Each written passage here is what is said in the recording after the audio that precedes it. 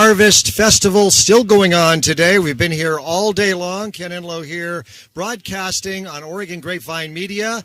And we are today just enjoying every moment. There's music, there's food, there's plenty of wine, all kinds of wineries here, a couple of breweries as well.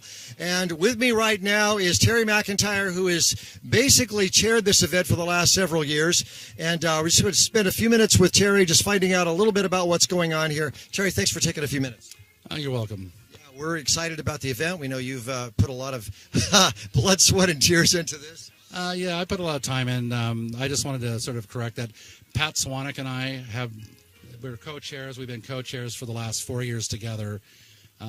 Pat and I both sort of complement each other in the facets of the event that we do. And I've sort of developed the blues theme out here. I'm trying to, make it a little bit better. And I've also gotten it. Pat and I worked on being able to have the city of Carlton allow us to use the lower park. And I think this is a much better venue than the upper park. It seems every year, we've really increased the amount of people. It's just a great event. The wineries that are here, they have all told me, we've been out speaking with most of them today, and they've all said it's been a very, very profitable event for them and very successful. What do you attribute that to? They've got good wine. That's part of it. You're also bringing the people to them. That helps to have people come here. I think it's just a combination of things. You've got good music, good wine.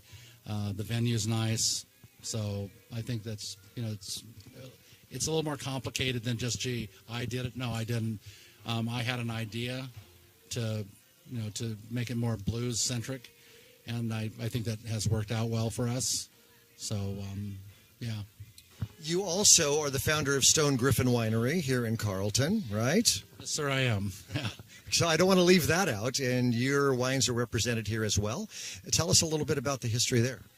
Well, when I was younger, I always wanted to own a winery, and I actually wanted to be a winemaker because I know a lot of people want to be, they want to own a winery, and I think sometimes they'll let the I want to be a winemaker portion of it intimidate them. So rather than go in and decide I'm going to learn how to make wine, they just hire someone. I went to work for several wineries, basically sweeping floors, and said, if you'll teach me, I'll work for free.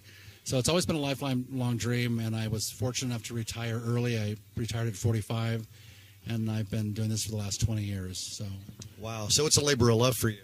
It really is, and we established our label in 2008. So Stone Griffin, what's the history behind the name? I know you've probably never been asked that before. Well, my logo, my wife drew when she was a senior in high school. I've known my wife since she was a senior in high school. We've been together for 40 years now.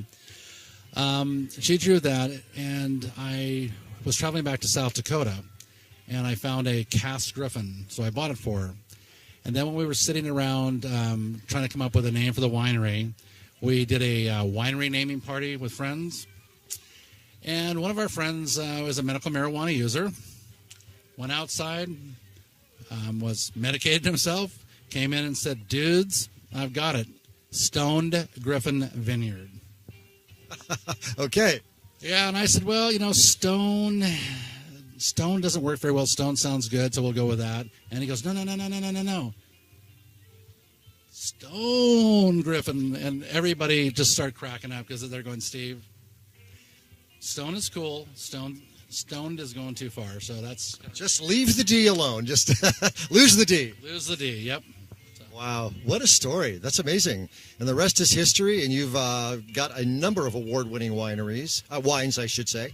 Last time I was in your tasting room, you weren't there because you were out collecting an award of some kind. Yeah, I was in Southern Oregon. We received a gold medal for a Marshall Foch Pinot Noir and Tempranillo blend. And we're at the Oregon Wine Experience in Jacksonville. And we were quite excited with that because the wine is still in barrel.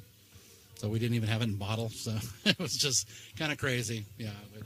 Wow. In closing, Carlton is still one of the best kept wine secrets in Oregon. Would you agree? I would agree. I think we're getting more people who are willing to experiment with more varietals. Just for a long time, Carlton really was just known for Pinot Noir. And you're having a lot of wineries, a lot more wineries that are experimenting with your Syrahs, your Malbecs, your Barberas. And I kind of like to see that because I love Pinot, but Pinot's not the only grape in the world. So for me, it's just nice to see some other people trying some different things. Like I said, I'm playing around with Marshall Foch and blending Marshall Foch. So, yeah. Wow. Well, thank you so much for just the few minutes you've taken. I know you probably have had less than an hour's sleep in the last 24 hours, if I follow your timeline correctly. But this has been an amazing event. It's still going on till 9 o'clock tonight. And again, next year, of course, every year. This is the 7th year, I believe. I believe it is the 7th year, yes.